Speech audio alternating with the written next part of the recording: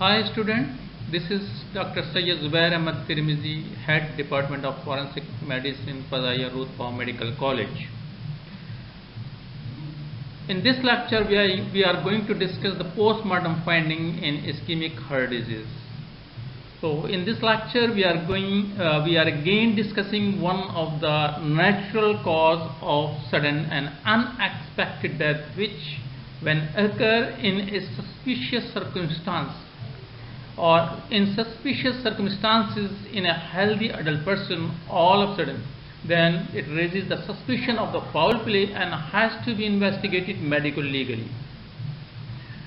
As you know, all forensic pathologists deal not only with the criminal, suspicious, accidental and suicidal death, but with a wide variety of death from the natural causes as well.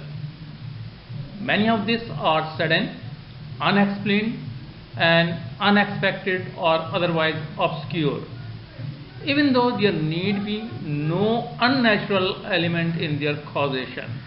So just like in the previous lecture in the thoracic module, as we have discussed the opening of the thoracic cavity and demonstration of the pneumothorax, which was again a natural cause of sudden death, along with the unnatural cause, which is also produced as a result of blunt trauma in pneumothorax.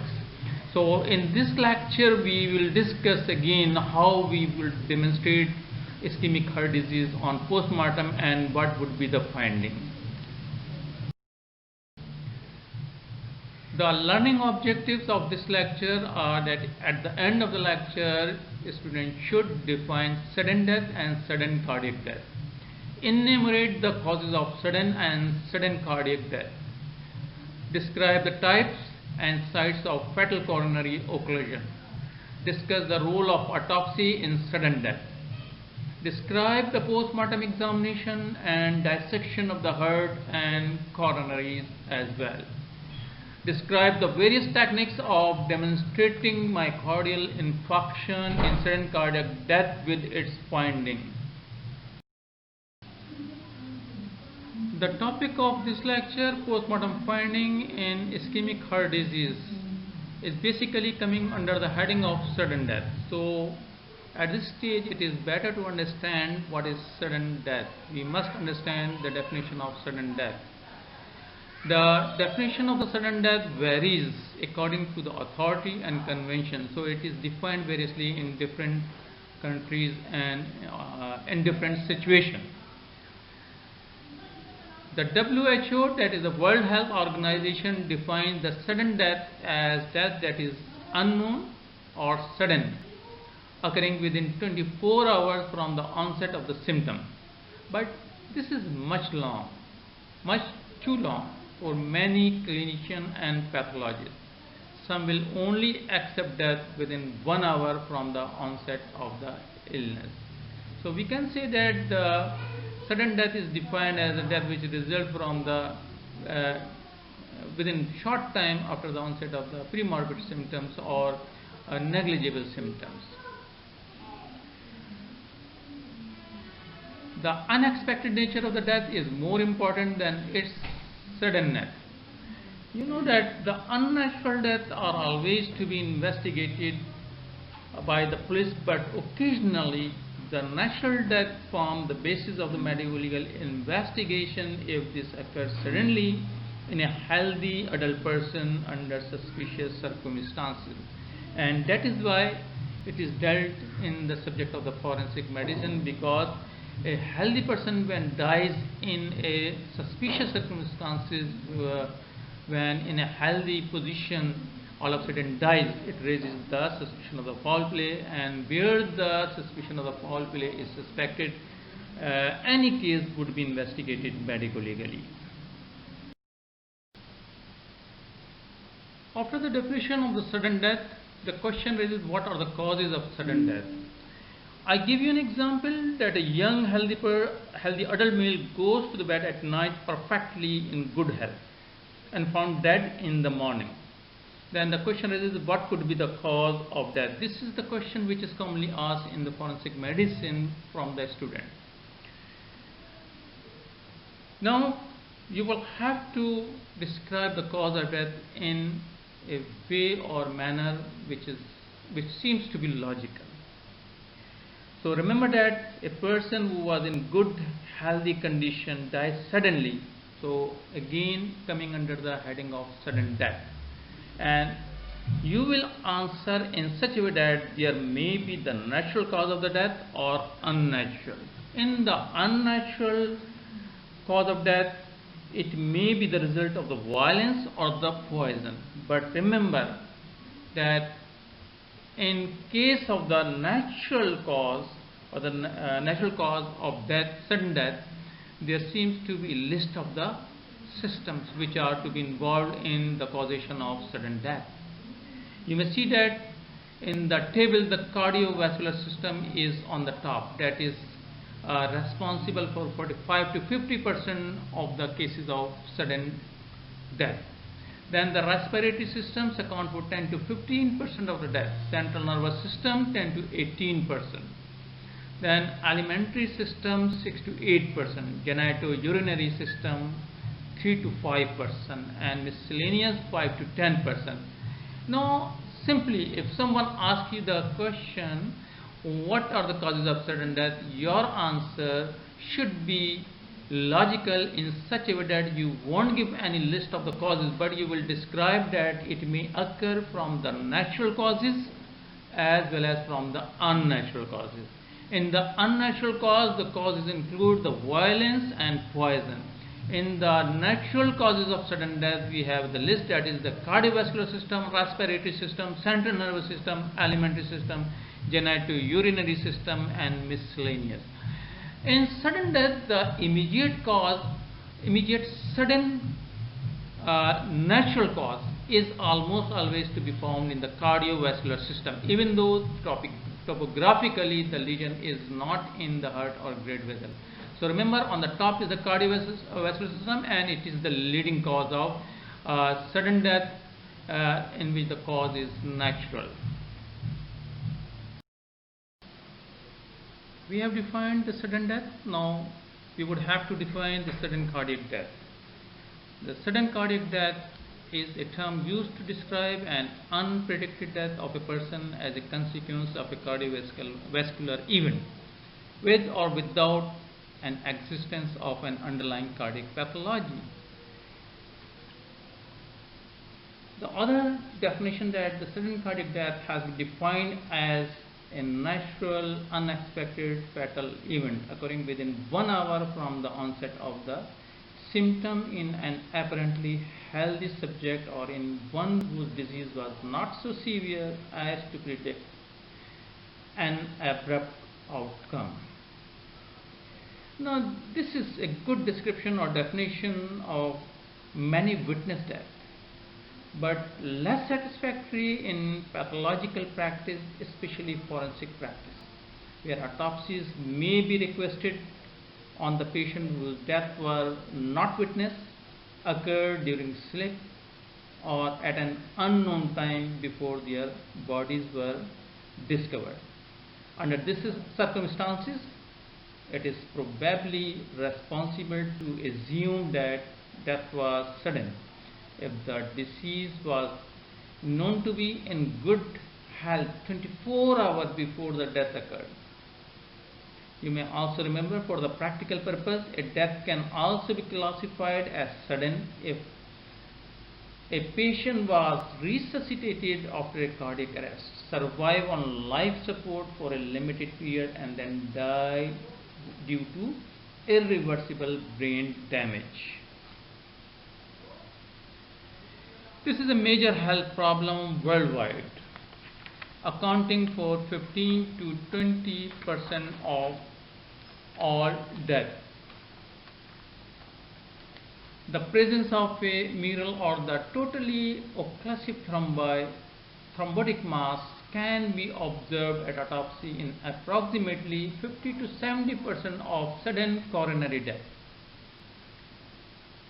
And this is considered as a reliable marker of myocardial ischemia, even in the absence of microscopically visible necrosis.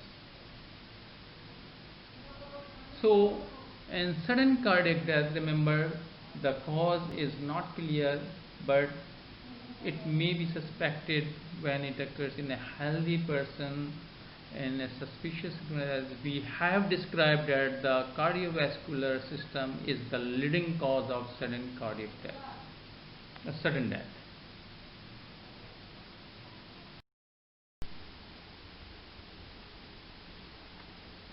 A large spectrum of the cardiovascular disease, both congenital and acquired, may account for the sudden death in the young.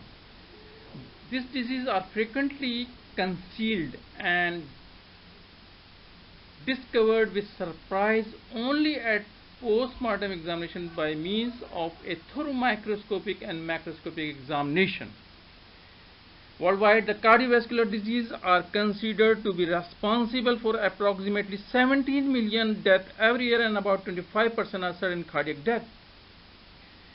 The incidence of the sudden cardiac death increases dramatically with the age. In parallel with the age-related incidence increase of the coronary heart disease, in adolescent and young adults who are less than 35 years, the approximate incidence is 0.01 per 1000 per year, and cardiomyopathies, myocarditis, premature coronary artery disease, congenital coronary artery anomalies, and channelopathies play a major causative role. While considering the cardiovascular causes of sudden death, we must keep in mind that the ischemic heart disease is by far the most common cause of sudden death, not only in Western world but also in the industrialized developing countries. The major causes include the coronary atherosclerosis, hypertensive heart disease, aortic valve disease, coronary circulation anomalies, coronary artery diseases, that is polyarteritis, cardiomyopathic enlargement, congenital heart disease. There is another terminology, that is the sudden arrhythmic death syndrome, abbreviated as SADS. When both autopsy and the toxicology investigations are inconclusive or fail to give the cause of death, the heart is structurally normal at gross and histological examination, and the non-cardiac etiologies are excluded, then this terminology is used. So, ischemic heart disease is by far the most common cause of sudden death in the Western as well as in the industrialized developing countries, and we have given you the list of the major causes of major cardiovascular causes of sudden death.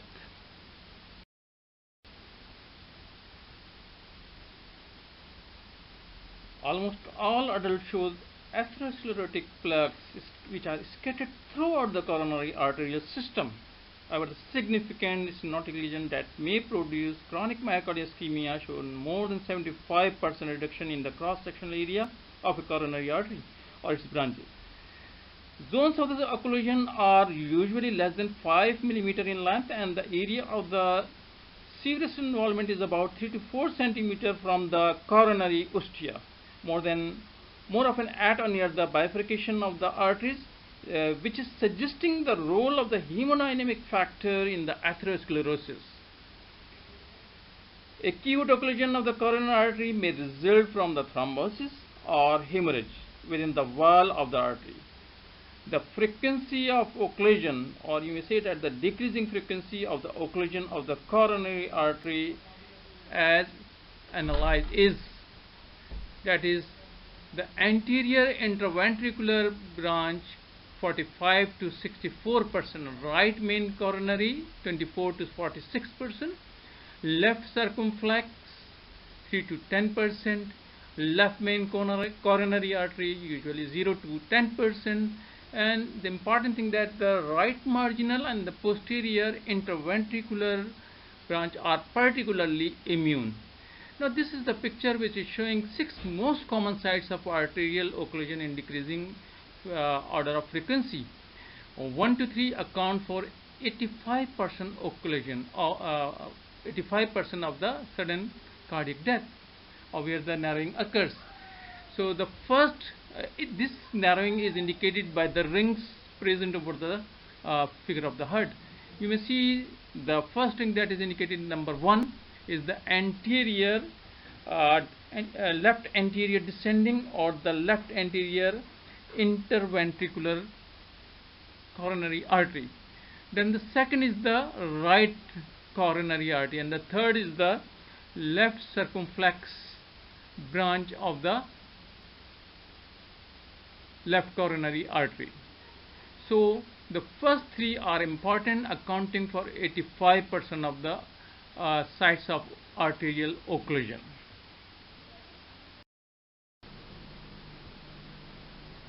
Different types of the occlusions are noticed in atherosclerotic heart disease. These are simple atheroma, in which there may be concentric form of narrowing with a central pinhole may eventually be formed, or crescentic, with a lumen usually at the side of the vessel. In case of the ulcerative atheroma, it's a complicated atheroma where the endothelium over the atheromatous plaque may break down and expose an ulcerated surface, which is an attractive seat or site for the thrombus formation. In case of the subintimal hemorrhage, the vessels in the wall of the coronary artery may rupture, the hematoma thus formed may force the plaque inwards to further narrow the lumen of the vessel. In case of the coronary thrombosis, this may occur upon the damaged endothelium due to aggregation of the platelets and thus further narrowing the lumen. Rarely thrombosis may occur in the absence of typical stenosing atheroma.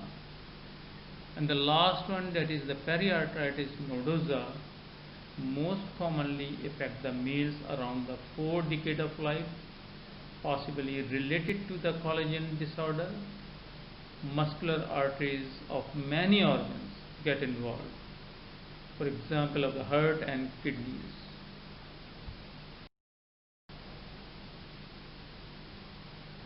Now we have discussed what is sudden death, what is sudden cardiac death, what are the causes of sudden and sudden cardiac death, what are the main sites of occlusion of the coronary arteries, and what are the different types of the occlusion. Now at this stage we have to understand what will be the role of the autopsy in sudden death, particularly cardiac in origin. So the first role or the objective is to find out whether the death is attributable to a cardiac disease or to other causes of sudden death.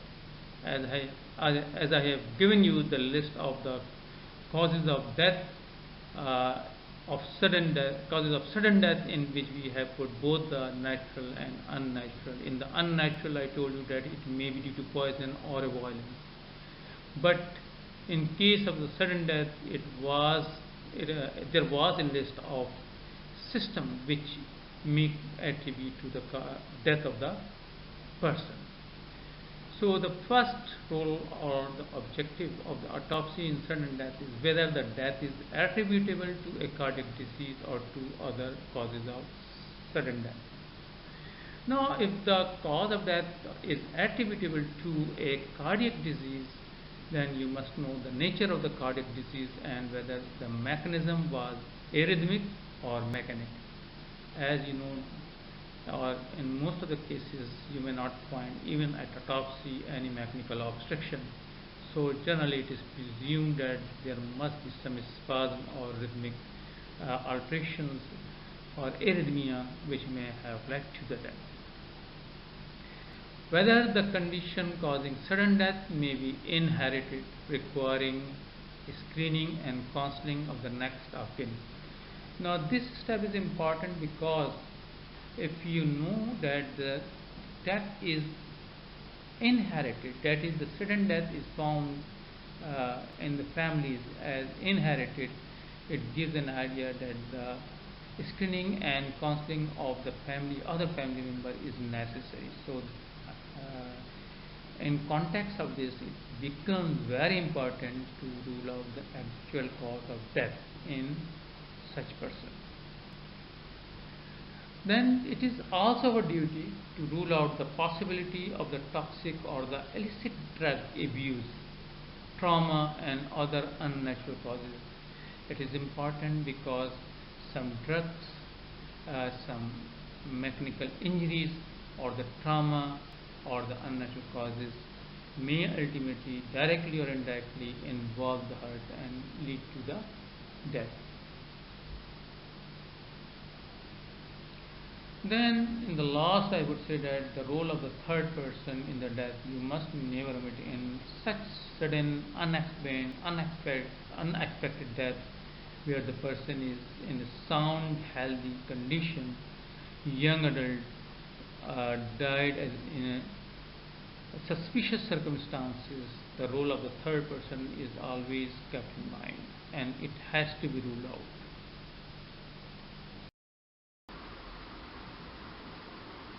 In order to demonstrate the myocardial infarction and its finding on post-mortem examination, autopsy should be sequential structure examination. They should specifically address the major causes of extracardiac and cardiac sudden death. Exclusion of the non-cardiac causes of natural sudden death, and any natural sudden death can be considered cardiac in origin after the exclusion of the non-cardiac causes. So, in order to demonstrate this condition, a full autopsy with a sequential approach. Sequential approach means a consecutive approach, or you may say that a logical order to exclude the common and uncommon extracardiac causes of sudden death. After the exclusion, you may consider that there may be a cardiac cause. So this includes especially, that is, the cerebral causes, for example the subarachnoid or the intracerebral hemorrhage. Then comes the respiratory, for example asthma, bronchopneumonia.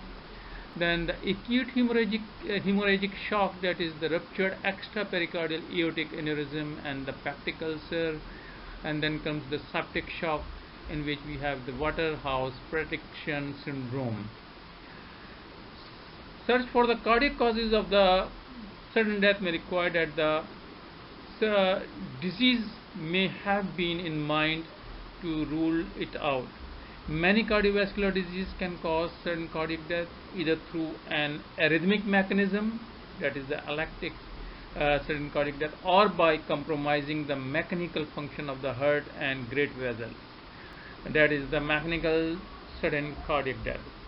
So this disorder may affect the coronary arteries, the myocardium, the cardiac valve, the conducting systems, the intrapericardial aorta or the pulmonary artery.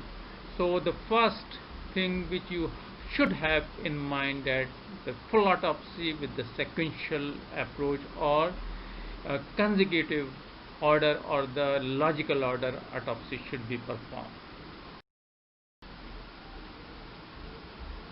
In order to understand how the heart is examined, for your reminder, I have put the incision for opening the thorax.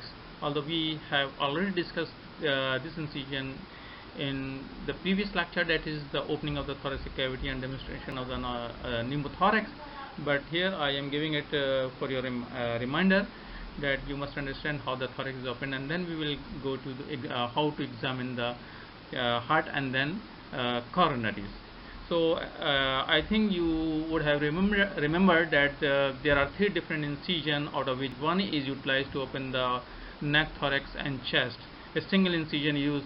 The first is the midline or the eye incision, that starts from a midpoint, from a point just 1 inch below the symphysis mentae to symphysis pubis, avoiding umbilicus and any injury in the line of incision. The second incision is the Y incision. Two incisions are made commencing on either side of the neck from angle of jaw to meet at the suprasternal notch in the form of U or V, and then continued as a single incision down to the pubic symphysis. Then the third is the modified Y incision. That is, two incisions are made commencing on either side of the chest from the anterior axillary fold curve under the breast to meet the xiphisternum and continued as a single vertical incision down to the symphysis pubis. In the modified Y incision, we also have incision which are commencing from the acromioclavicular joint on either side of the chest, that is from the acromioclavicular joint, it curves under the breast and then meet in the sternum. Just above the meat is xiphisternum, and while it is curving, it comes above the nipple or below the nipple depending upon the disease, either the female or the male, and then it is continued down as a single eye shape incision from the xiphisternum. The midline incision or the eye incision is a routine incision which is commonly used in our mortuary. The Y incision, as I told you in the previous lecture, that is it is commonly used in the violent asphyxial death, and the modified Y incision is commonly used in the female as a result of having the cosmetic value of the female. Recall your memory from the previous lecture of opening of the thoracic cavity and demonstration of the pneumothorax, in which we have already discussed the opening of the thoracic cavity, that is the postmortem procedure of opening of the thoracic cavity. In this slide, we again trying to recapture the previous topic, and we will see how the chest is opened. Open the thorax and abdomen both by single incision. You may use only one single out of the three incisions which we have already discussed, that is the I, Y, or the modified Y. So a single incision out of these three incision is used to open the thorax and abdomen. Now dissect the soft tissue after making incision, and then reflect this soft tissue on either side of the chest. Then cut the costochondral junction obliquely and disarticulate sternoclavicular joint on both sides of the sternum. Now the chest is open but not totally exposed. Then after dissection of the soft tissue under the sternum or in the attachment of the diaphragm from the last rib, you dissect it out and then lift the sternum from below upward. We have exposed the chest, but still it is not totally exposed. So bony cage is retracted with the help of the retractor on either side, and now this will expose the total chest.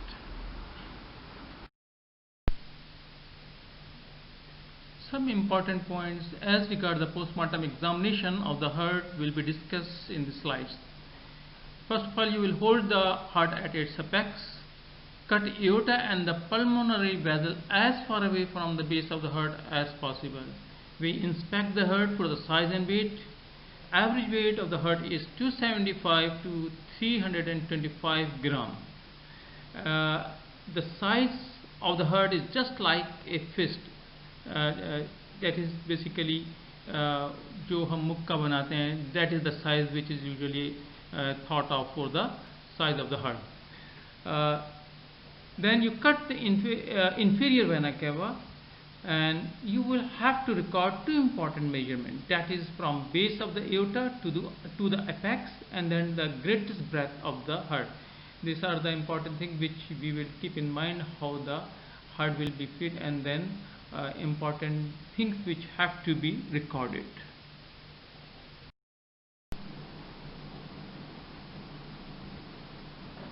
This is the diagram which the picture which is showing how to weight the heart. In human, the heart is roughly the size of the last fist, as we have already discussed, and weight between 10 to 12 ounces, that is 280 to 340 gram in men, and 8 to 10 ounces, 230 to 280 grams in women. But whenever you are asked the question what is the weight of the normal heart, you will say that the average weight of the heart is 275 to 325 grams.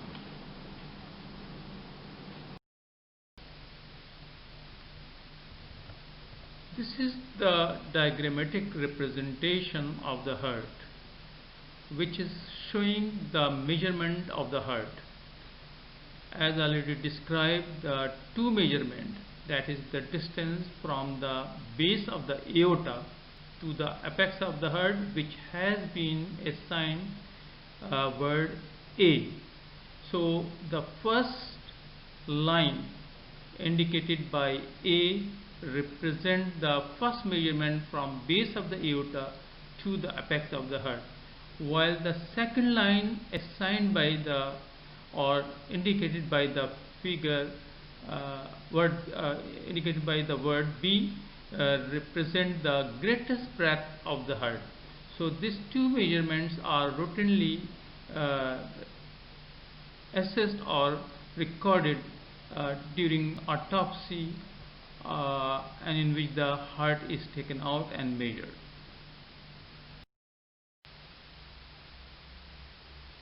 The dissection of the heart, the main principle to open the heart is that it should be dissected in the direction of the blood flow. One blade of the scissor is passed through the inferior vena cava and right atrium is cut till the blade emerges out of the superior vena cava. Then the right ventricle is cut along the lateral border from the right atrium to the apex. The blade of the scissor is passed through the inferior vena cava and right atrium is cut till the blade emerges out of the superior vena cava. The second cut will be the right ventricle is cut along the lateral border from the right atrium to the apex. The third incision will be, or the method of opening, that is the anterior wall of the right ventricle is cut from the midpoint of the right lateral border and the incision is carried into the pulmonary trunk and its left branch. The left pulmonary vein is opened and the incision is carried along the left atrium and further along the most lateral aspect of the left ventricular wall to the apex. After this, the left ventricle outflow tract is opened. From the apex of the left ventricle, the incision being carried along 1 centimeter lateral to the ventricular septum and entering the aorta. The aorta is also cut. Then an incision from the right ventricle to the right atrium 1 centimeter lateral to the interventricular septum is made and open. The right side of the heart is seen. The incision from the right ventricle to the right atrium 1 centimeter lateral to the interventricular septum and open right side of the heart will be clearly seen.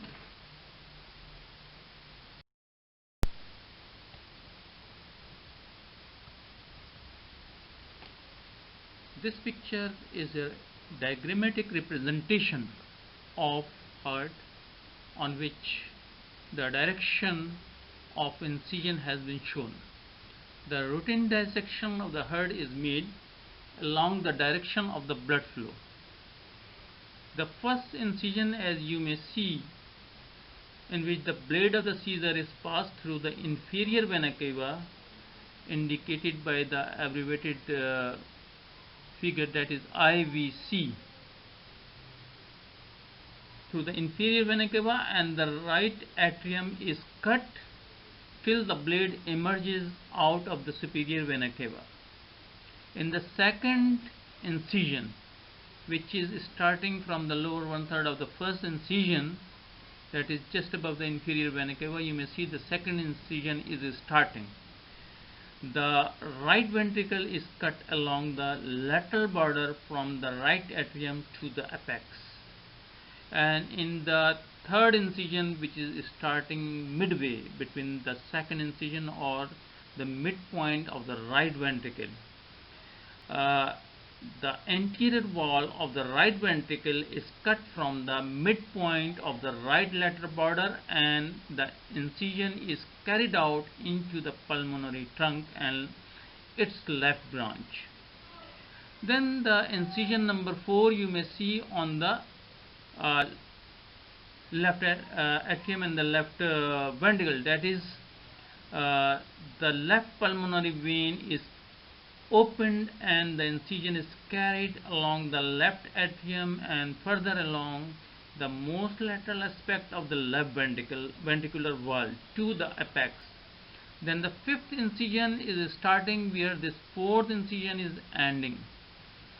That is, the left ventricle outflow tract is opened. From the apex of the left ventricle, the incision being carried along 1 centimeter lateral to the ventricular septum and entering the aorta. The aorta is also cut. The sixth incision, which is not shown here, an incision from the right ventricle to the right atrium 1 centimeter lateral to the interventricular septum, and the right side of the heart, which is open, now can be seen.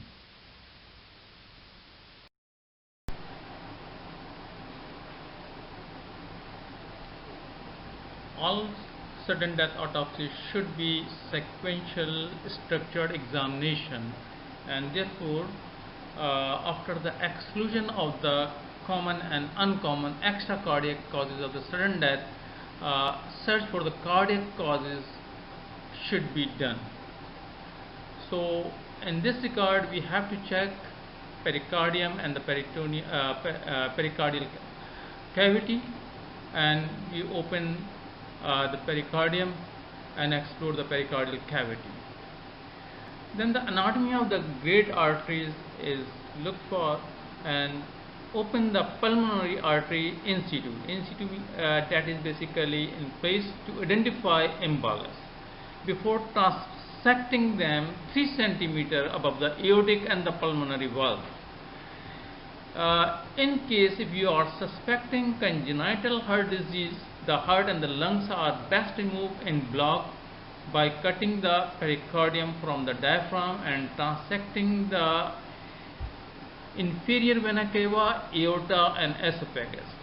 The heart and lungs are removed en bloc, means these are removed as one unit. In case if you are suspecting aortic dissection, the continuity of the ascending aorta with the aortic arch and descending thoraco-abdominal aorta up to the iliac bifurcation should be maintained. Then check and transect the pulmonary veins. Transect the superior vena cava 2 centimeter above the point where the crest of the right arterial appendage meets the superior vena cava to preserve the sinus node. Then transect the inferior vena cava close to the diaphragm. And dissect the heart in the same way as we have described in the last slide.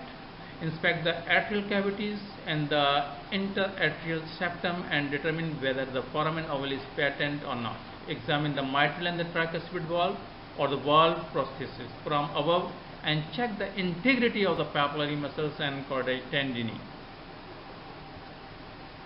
Inspect the aorta, pulmonary artery and the aortic and the pulmonary valves or valve prosthesis from above.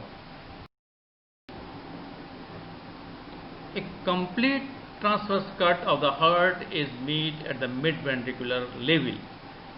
After this, parallel transverse slices of the ventricles at an interval of 1 centimeter are made towards the apex. Then these slices are carefully looked for the changes in the cut surface of the myocardium and the endocardium of the ventricular cavities. And remember, do not dissect the myocardium with the slices parallel to the endoepicardial surfaces.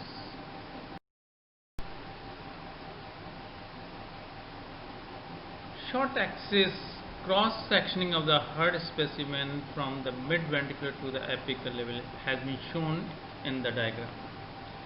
In the picture A, the gross view of the specimen before the cross-sectioning is shown, while in the picture B you may see the transverse sections of the heart at the 3 different levels as represented in figure A.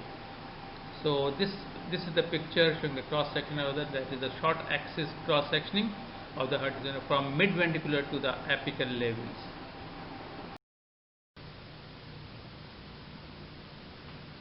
In the previous slide, we have discussed the method of transection of the transectioning of the heart, and we have the opportunity to discuss what is the how the triphenyl tetrazolium or the tri-blue tetrazolium staining can be used in the mortuary for the preliminary diagnosis of the acute myocardial infarction.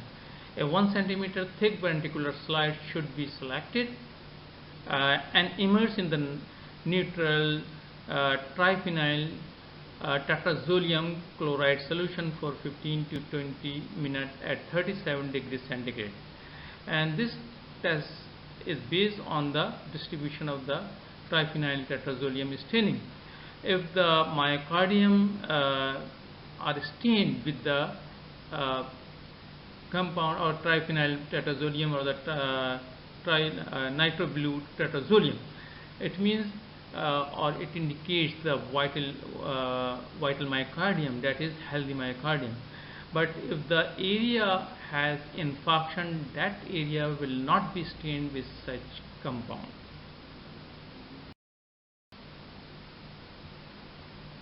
In the given picture, we have shown the nitro blue tetrazolium stained myocardium. You may see the mid part of the heart has been sliced, and the arrow is indicating the dead part which has been treated with the tetrazolium. And this is showing that the myocardium has taken or stained with the tetrazolium except the region which is circumferential subendocardial. So it is indicating that there is a diagnosis of subendocardial infarction which is circumferential, that is throughout you may see inside the inner portion of the myocardium, indicating the infarcted area which has not been stained with the nitro blue tetrazolium. Where the staining has taken, that is indicating the vital tissue of the myocardium. In the lower part you may see the one more slice which has not been completely shown in the picture. That is basically not treated with the nitro blue tetrazolium.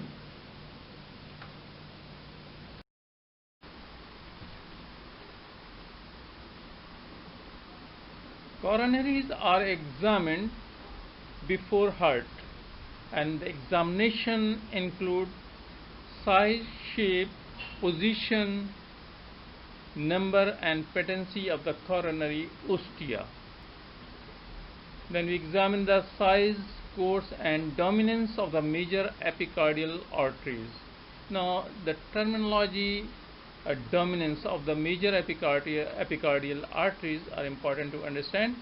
The coronary artery dominance is defined by the vessel which give rise to the posterior descending artery which supplies the myocardium of inferior 1/3 of interventricular septum. Epicardial arteries means the major right and the left coronary artery with its branches spread over the surface of the heart which supplies the heart. So the terminologies are important to understand. Dominance, you will remember, it means the artery which give rise to the posterior descending artery supplying the inferior 1/3 of the interventricular septum. Then we see the patency of the major epicardial arteries, including branches such as the diagonal and obtuse marginal, by making multiple transverse cuts at 3 millimeter interval along the course of these arteries. In case you see the calcified coronary arteries, this should be removed intact, decalcified and opened transversely. Sometimes, or alternative way that this can be examined in situ, that is in place with the transverse section made with the sharp scissor.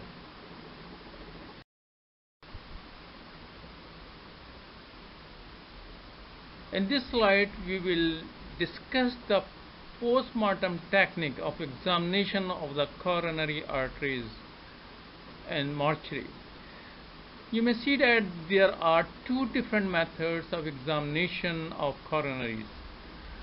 In the first method, the coronary arteries are examined by making serial incision down the course of the vessel about 2 to 3 millimeter apart to demonstrate any narrowing or antemortem thrombus, the common side being about 1 centimeter away from the origin of the left coronary artery. In the second method, we have the cut longitudinally. A longitudinal cut with the fine scissor provides a better measure of the extent of atherosclerotic disease. So in the first method, we see the narrowing or the presence of antemortem thrombus in the area of the course of the vessel. But in the longitudinal cut, we better see the extent, how much it is extended or present in the coronary artery.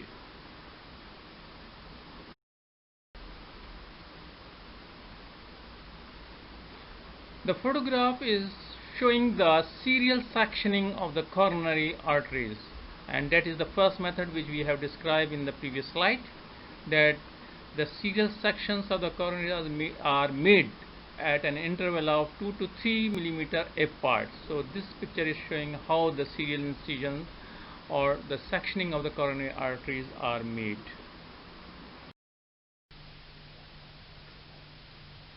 We are going to discuss the different techniques of demonstrating myocardial infarction in sudden cardiac death. The first one is the histological method, which may include the macroscopic or the gross appearance, that is the naked eye examination. And then the microscopic examination, as you know that in the previous slide we have discussed that the slicing of the heart, and the slice is taken and then the microscopic examination after the preparation and the preservation, and then sent to the pathological lab, and then the examination under the microscope is done. That is the microscopic examination, and then comes the fluorescent method, and then comes toxicological examination. As you know that there are certain drugs which affect directly or indirectly to the heart and may cause a sudden cardiac death. So the toxicological examination becomes necessary to rule out the involvement of the illicit drugs.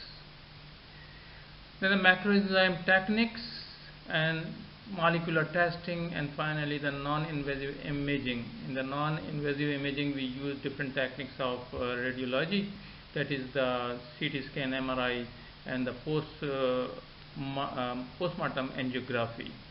Now these techniques I am going to discuss in the next coming slides, but remember that this is a part of the pathology, and the techniques and the method of all these techniques will be discussed in detail in pathology.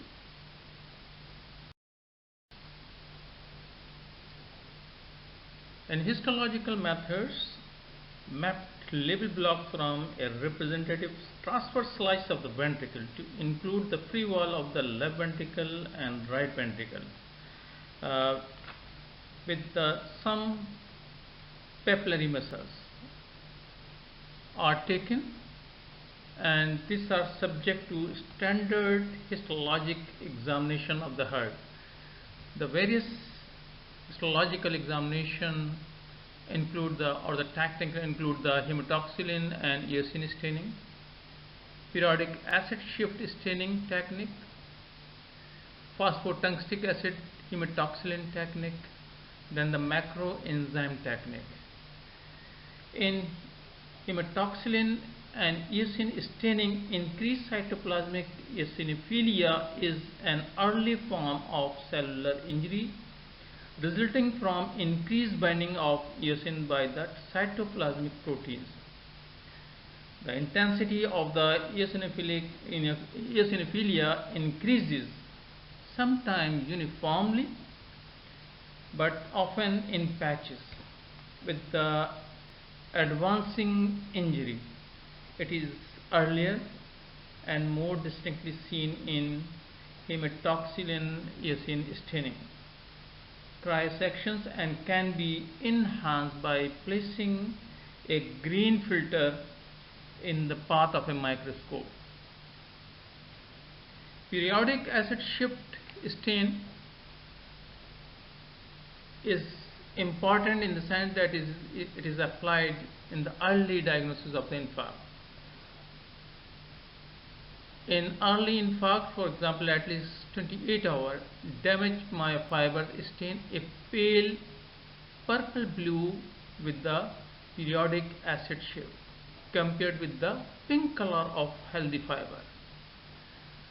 Phosphotungstic acid hematoxylin is a mixture of hematoxylin with the phosphotungstic acid used in histology for staining.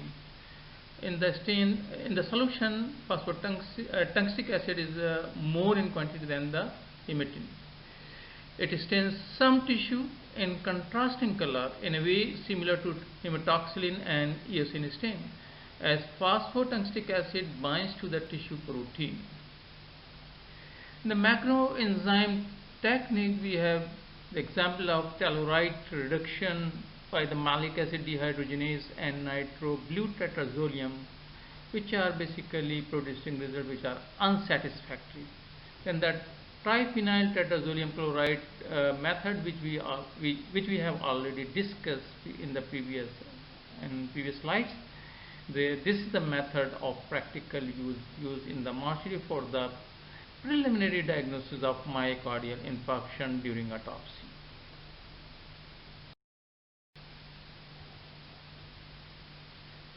Histological evidence of the myocardial infarction is based on the gross and the microscopic changes characteristic of the myocardial infarction, which are presented in the table.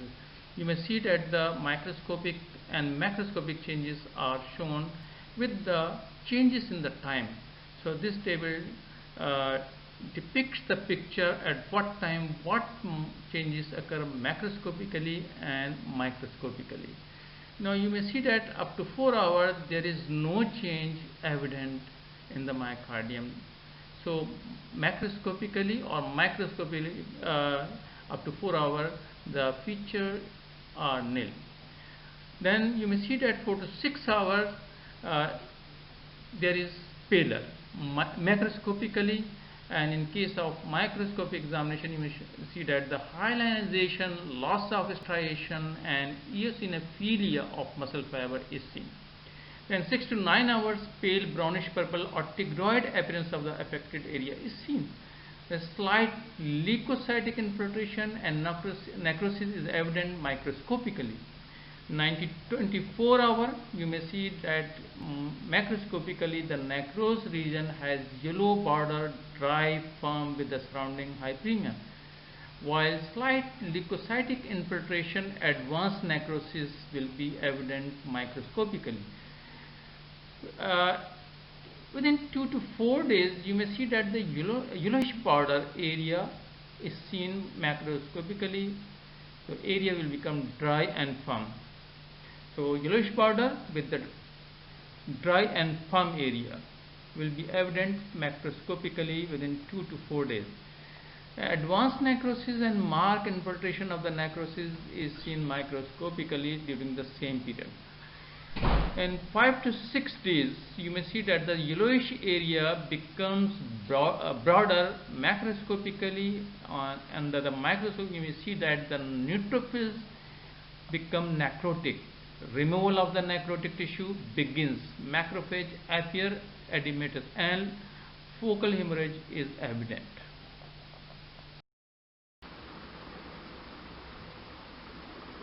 On day 7 you may see that the entire tissues are yellow macroscopically, while under the microscope you may see that the capillaries and fibroblasts starts invading the area. Macrophages present. Phagocytosis of the muscle fibers commences. On second week, on gross examination, you may see the periphery appears red, while microscopically you may see the removal of the dead tissue by pigmented macrophages, prominent ingrowth of the capillaries and fibroblasts, moderate round cells and eosinophilic infiltration appear. Collagen found in the periphery and the removal of the dead tissue complete in small infarcts. Then on third week, macroscopic appearance is pale gray, while microscopically removal of the dead tissue continues. Numerous pigmented macrophages appear. Round cell is still prominent. Eosinophils decrease. More of the vascular tissue seen. Collagen prominent. Then 4 to 8 week, you may see grossly that the gray or the gray-white scar appears, while microscopic picture is increased collagen and decreased vascularity.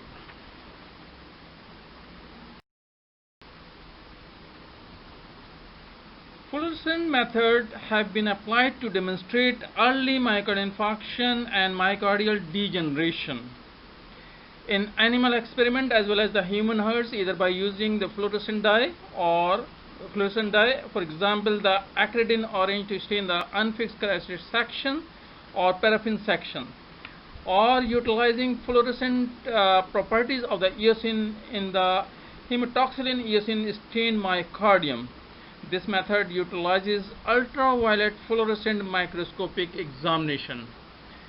So in this slide we are only discussing the acridine orange stained sections of the intact myocardium as well as the eosin fluorescence in the normal cardium. What happens in this two study, that is, you may see that in case of the acridine orange stained section of the intact myocardium show golden brown fluorescence that turn into the green fluorescence with the increasing ischemia time. Eosin fluorescence in the normal myocardium in paraffin embedded samples show olive green fluorescence that turns into the yellow in injured tissue. So these methods are basically utilized to demonstrate myocardial infarction in the early stage, that is 2 hours, up to 2 hours. Toxicological examination is done during postmortem examination to identify if the sudden death is triggered by the administration of the toxic substances.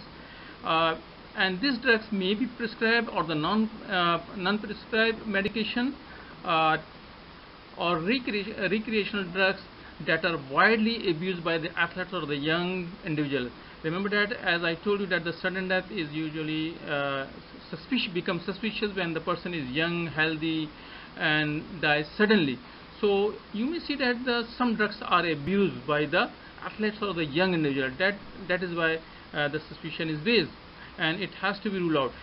Example into the cocaine and the cannabis indica. Cocaine along with the amphetamine, you may know that are stimulant, are the drug that are abused commonly, and this may produce symptoms just like the cardiac ischemia. Cannabis indica is another commonly abused drug that is becoming legalized in many countries, and it raises the blood pressure and heart rate and induce arrhythmia and myocardial ischemia. So in this abused drugs, the symptoms are more or less similar to, or may affect the heart directly or indirectly and may cause sudden death. So this raises the suspicion of the foul play, and again this has to be ruled out. So remember that the toxicological analysis is to be considered as a cornerstone in the postmortem studies in order to screen for the potential injection of medication that are linked to the cardiac side effect and to look for the possible intoxication of the drug of abuse.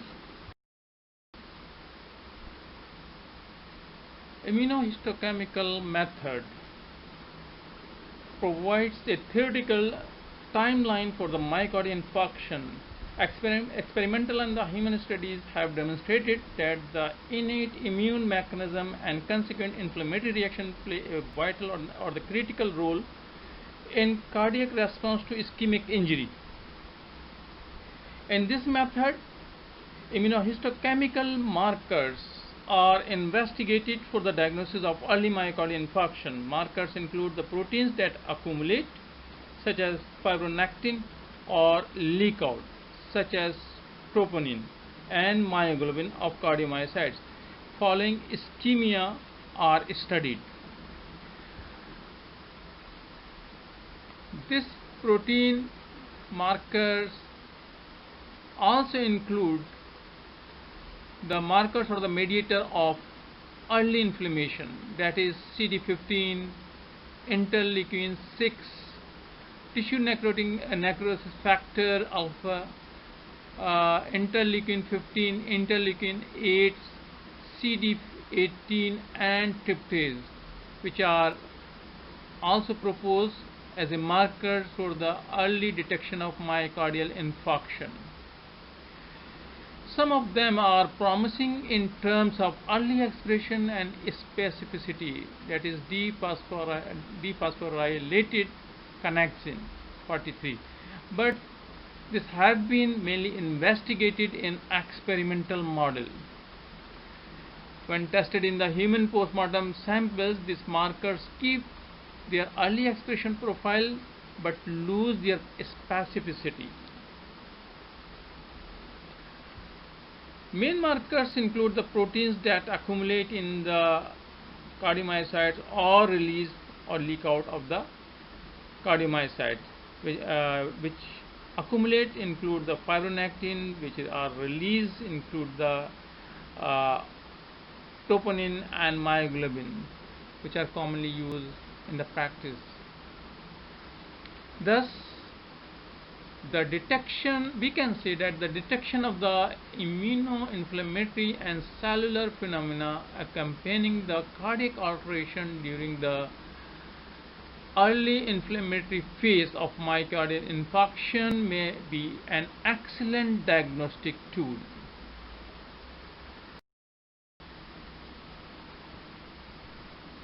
There is a class of sudden cardiac death called as or classified as sudden arrhythmic death, which remain unidentified even after the complete autopsy procedure, including the macroscopic, microscopic and toxicological examination, in which the cause of death remains unidentified. At this point, the molecular testing plays a critical role in identifying the sudden cardiac death in victims of structurally normal heart. This group may be divided into sub-2 categories, that is the cardiac channel of person with the cardiac channelopathies, and the second group include the cardiomyopathies. In the cardiomyopathies there are different types, that is the hypertrophic, dilated and arrhythmogenic cardiomyopathy and others. PCR, that is the polymerase chain reaction, is one example of the postmortem molecular investigation technique, and this provides the detection of specific gene, that is the PRYR2 gene, which causes tachycardia, and could detect mutation in the gene coding for potassium channels, sodium channels and the other channels which may be involved in the mechanism of causing the myocardial ischemia. So the PCR is one of the examples, that is the technique which is utilized as a molecular testing, and when the no cause in the group of the subject who has been died as a result of sudden cardiac death, in which no cause has been identified, this testing is of vital role.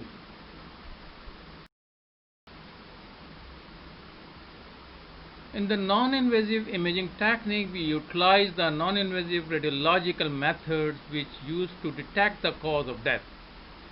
Worldwide, it has been noticed that the interest for the autopsy is declining, and alternatively, the non-invasive or the minimally invasive autopsy methods are developed. These are utilized along with the conventional autopsy. The modern radiological methods which are adopted or which are utilized in this non-invasive imaging technique include the multiple detector computed tomography, that is the CT scan, then the MDCT angiography and cardiac magnetic resonance imaging, MRI. These are introduced into the post-mortem practice for investigation of the sudden death, which also include the cases of sudden cardiac death. Combination of the magnetic resonant imaging with the biopsies had high sensitivity and specificity for the detection of the acute and chronic myocardial infarction or ischemia. Now, where the non-invasive imaging techniques are utilized in autopsy, that autopsy is known by the name of Virchopsy or virtual autopsy.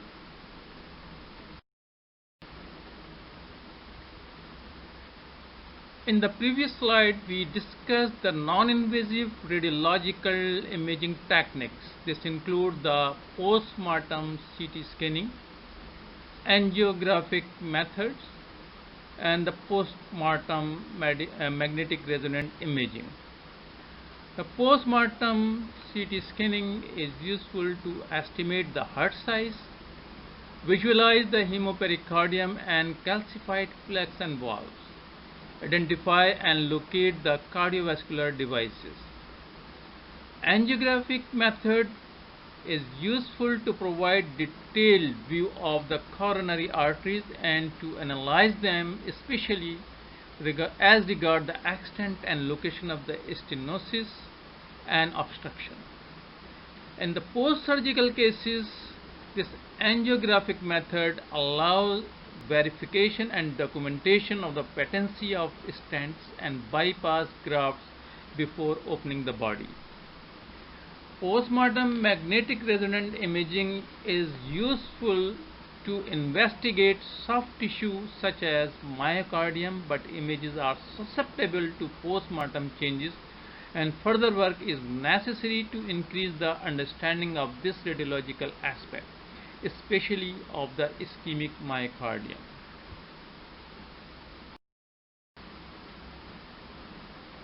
Thank you very much, students. I hope this lecture would be helpful for your understanding. If you have any question, don't hesitate to contact me. Thank you very much.